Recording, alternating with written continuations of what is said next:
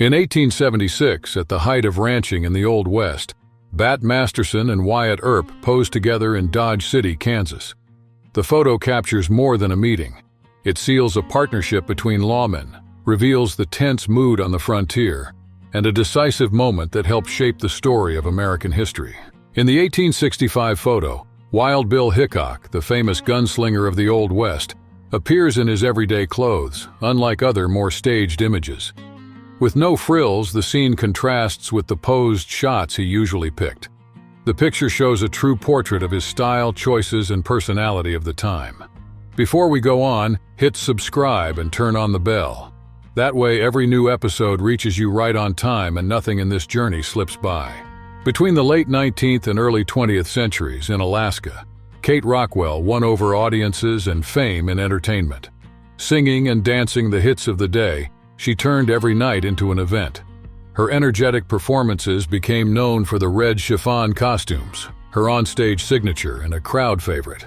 At the funeral of Tom and Frank McLaury and Billy Clanton, a sign followed the procession, taken from life on the streets of Tombstone.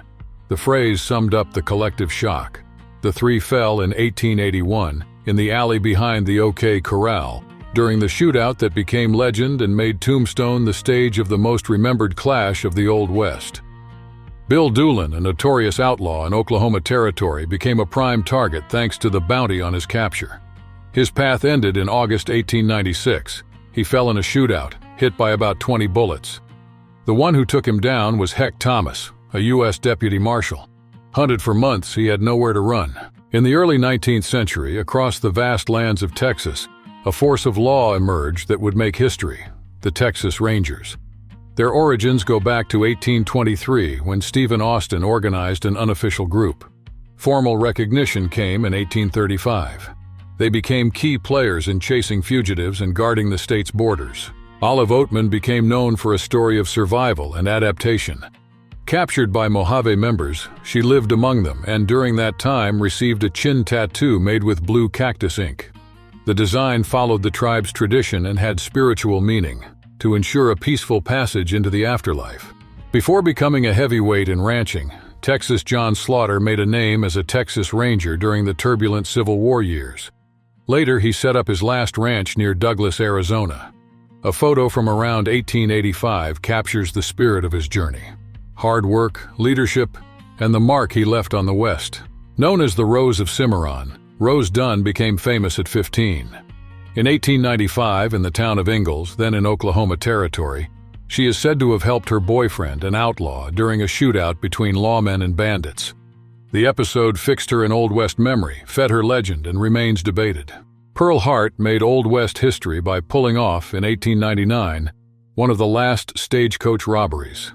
The feat got nationwide attention when her story hit the pages of Cosmopolitan magazine, cementing her as an unavoidable symbol of that era in the popular imagination.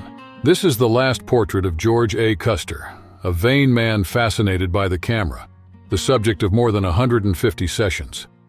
The photo was taken 60 days before a decisive point in U.S. history, the Battle of Little Big Horn in 1876, calm before the collision that sealed his fate. In the image, we see a resident of Caldwell, Kansas, showing typical cowboy clothing.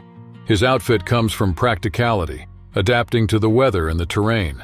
That's why they chose different kinds of chaps worn over pants to protect their legs during daily work among dust, branches, and rough rocks. Before we go on, hit subscribe and turn on the bell. That way every new episode reaches you right on time and nothing in this journey slips by. In the photo, two women pose in a richly decorated parlor inside a house of entertainment in Miles, Montana. According to a district judge of the time, the town had around 1,000 residents and a bad reputation. Loose morals and weak laws, unable to keep excesses in check. Quanah Parker, a Comanche leader, followed a singular path. The son of Cynthia Ann Parker, a white woman captured in her youth and welcomed by the tribe, he grew up between traditions and conflicts. As chief, he led resistance when buffalo hunters pushed into his people's lands. In the photo, on the left, is Black Elk. His path crosses decisive moments in U.S. history. Among them, the Battle of Little Bighorn in 1876, when he took part directly in the clash between federal troops and the peoples of the Great Plains, especially the Lakota Sioux, a chapter that shaped memories and disputes. Taken around 1880, this photograph still intrigues. The subjects' identities remain uncertain. Even so, clues back the idea that the standing man is John Kinney. Known for illegal actions, he stood out in 1875 by leading a gang active in southern New Mexico. From there comes the mystery around the scene. Kit Carson left his mark on the West's expansion with a life of risk and change. He worked as a fur trader, explorer, and mountain man. He also guided key expeditions alongside John Pathfinder Fremont, leaving a legacy tied to grit, mapped routes, and paths opened across the continent. Jesse James, the notorious leader of the James Younger Gang, became a symbol of the Old West. At the head of a daring crew, he led bank and train robberies across the country, living for years in the sights of the law and of fame. His story, made of escapes and ambushes, ended abruptly. He was assassinated in 1882. Dated 1884, this cabinet card comes from the peak of that photo format.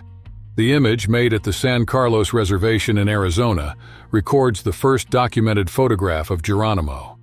An influential leader among the Apache, he stood the test of time and became an icon of American culture. Joella Irwin emerged in the early 20th century as one of the first cowgirls to challenge men's dominance in rodeo. She competed in several equestrian events, showed skill and courage, and turned her name into a reference. By stepping into arenas once closed to women, she opened doors and broke lasting barriers. At the height of the Old West, cowboys led the cattle work and, between long drives, looked for photo studios to capture who they were. With boots, hat, and dust on their clothes, they squared up in front of the camera. Each portrait kept the frontier's daily life and left, for the future, a faithful record of that life. Before we go on, hit subscribe and turn on the bell. That way, every new episode reaches you right on time and nothing in this journey slips by. Between legends and records of the Old West stands Tiburcio Vasquez. The photo, dated around 1865, fixes his gaze in time. For nearly 20 years, he led robberies and escapes, stacking up fame and controversy. His path, marked by successive strikes, became a symbol of a turbulent period. A newly discovered photo brings a rare Old West scene. A woman driving the herd, moving cattle across unknown lands. The find, credited to Mark Lee Gardner, happened by chance. He stumbled on the image in an antique store in Missouri, opening a new window onto that time. Noon in Greenwood County, Kansas. The wagon train pulls over and the trail dust settles. The pioneers form a circle, open provisions, and share bread, cold meat, and fresh water. The wagon, their road partner, becomes table and shelter. In a few minutes, the break becomes a ritual.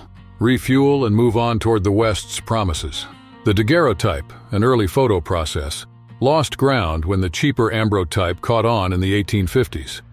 The man in this ambrotype remains anonymous, but his steady gaze points toward the frontier. The image, direct and powerful, became one of the striking portraits of the Old West. It echoes an era of technical change and expansion. In the 1870s, in Death Valley, hauling borax got new momentum. Heavy wagons crossed the Great Basin pulled by 20 mule teams, beating heat, distance, and hostile terrain. With each crossing, they built up a bold logistics operation that marked the landscape and the imagination of that period. In the 19th century, a photograph shows life on the U.S. frontier. Women who worked in brothels appear in their rooms, looking straight into the lens, fully aware of the moment. A striking case comes from Alaska in the 1890s, where they take center stage and guide the viewer's gaze. We've reached the end of our video. Subscribe to our channel and leave a comment if you like the content. See you next time. A meeting with the past. The photograph features Annie Oakley. It's the first time I'm seeing her, from the Denver Public Library's collection on the American West. Looking at it, we widen our view to the life and the paths that shaped the United States in the 19th century. In 1915, a photograph captures an unlikely moment. A Native American at the wheel, a symbol of a country speeding up. The scene crosses paths, traditions that span centuries and the machine that was announcing new routes, and shows how the United States of the early 20th century was changing without erasing its roots. Babe and Hazel's Magic Creations, a 1914 photograph by W.S. Arrow, records the duo Babe and Hazel in Oregon. Known for their magic acts, They appear in the shot as an emblem of an era. The image takes us to the early 20th century, when these shows dominated stages and the public's curiosity. Before we go on, go ahead and click subscribe and turn on the bell. That way YouTube knows this content is relevant and shows it to more people. In 1908, the photo For a Winter Campaign Absaroki is part of Edward S. Curtis's vast project. Over 3 decades, he documented in the field ways of life of native peoples of North America, creating a historical portrait amid changes and pressures that threatened their traditions. In 1869 in Omaha, William Henry Jackson photographed a decisive moment, the completion of the Transcontinental Railroad. With the new link, the city became a stopover and distribution point, which boosted commerce, attracted investment, and rearranged the local and regional economy. In 1908, Edward S. Curtis recorded Silhouettes of the Crow on the Montana Hill. Against the horizon, crow figures appear as sharp outlines in dialogue with the sky. The play of light and shadow guides the eye and reveals at the same time artistic intent and an ethnographic slice of that culture in the American West. In 1883, William H. Jackson recorded Colorado's Grand Canyon, an image that became a reference for reading the Grand Canyon landscape. Photography, then establishing itself as an artistic and documentary language, takes on a pioneering meaning here. It reveals the canyon's form and scale and broadens the way we see it. In the image, we see Sergeant Joseph Dorr of the 7th Militia of the state of New York, around 1865. The portrait captures the end of the American Civil War and signals the shift to a country under Reconstruction, when new political rules and social transformations began to reshape life in the United States. A cabinet card produced in Warrensburg, Missouri, in the late 1890s. In the photo, a person poses with a rifle and a shotgun. The record suggests a fondness for hunting or sport shooting, popular habits in that period, and invites us to imagine the stories behind their stance and choice of weapons. The photo portrays Tombstone, Arizona in 1882, just 3 years after it was born. The city was buzzing. Silver pulled from the ground inflated business and dreams. Amid dust and the clink of pickaxes, miners, merchants, and adventurers arrived, each betting that there, on the edge of the frontier, luck would change forever. In the photo, an anonymous Buffalo soldier holds a rifle and a knife. Dated between 1860 and 1880, it spans the U.S. Civil War and the period that followed.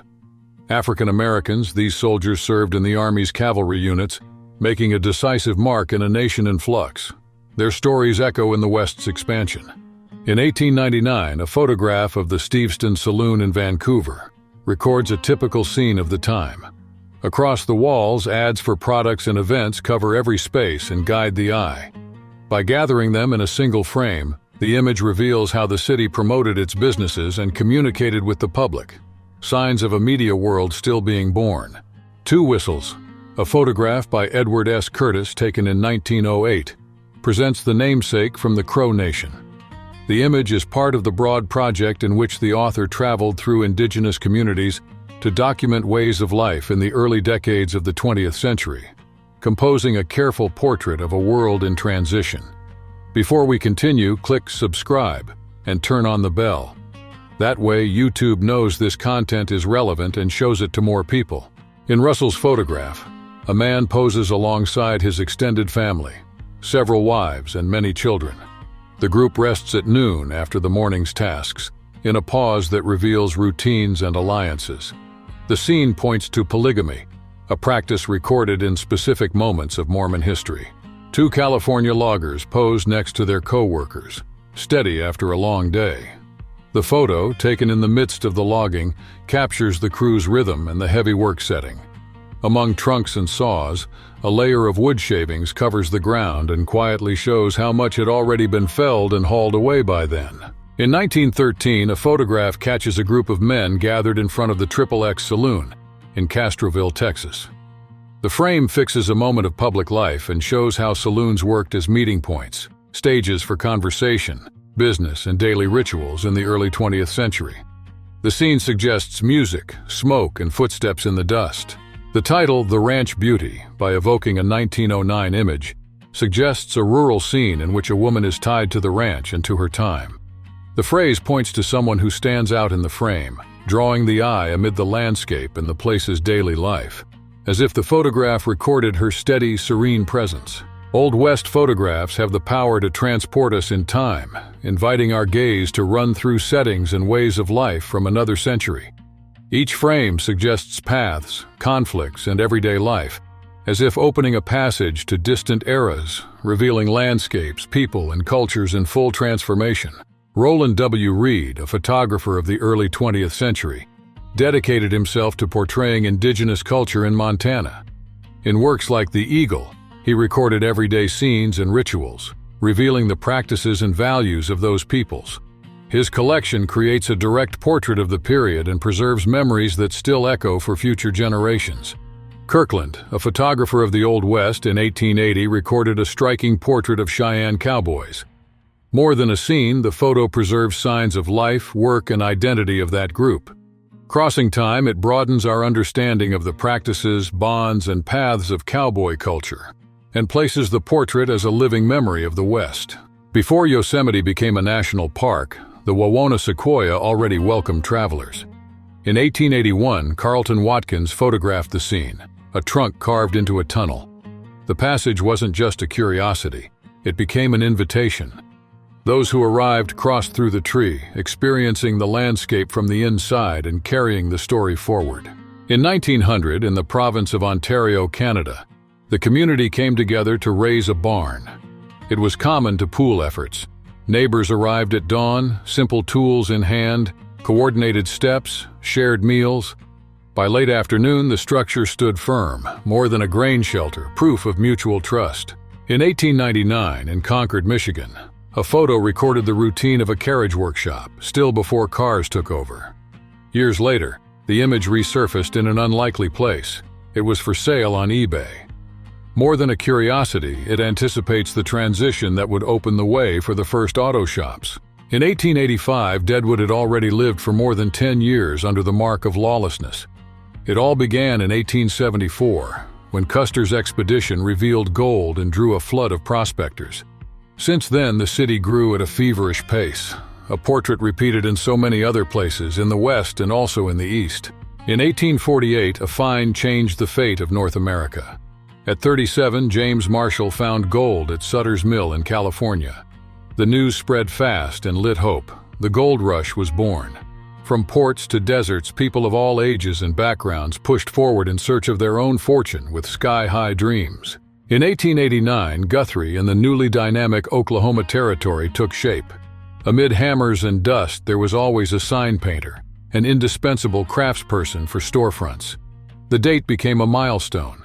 The region was officially open to European settlers, launching a new chapter of settlement and lasting change. We've reached the end of our video. Subscribe to our channel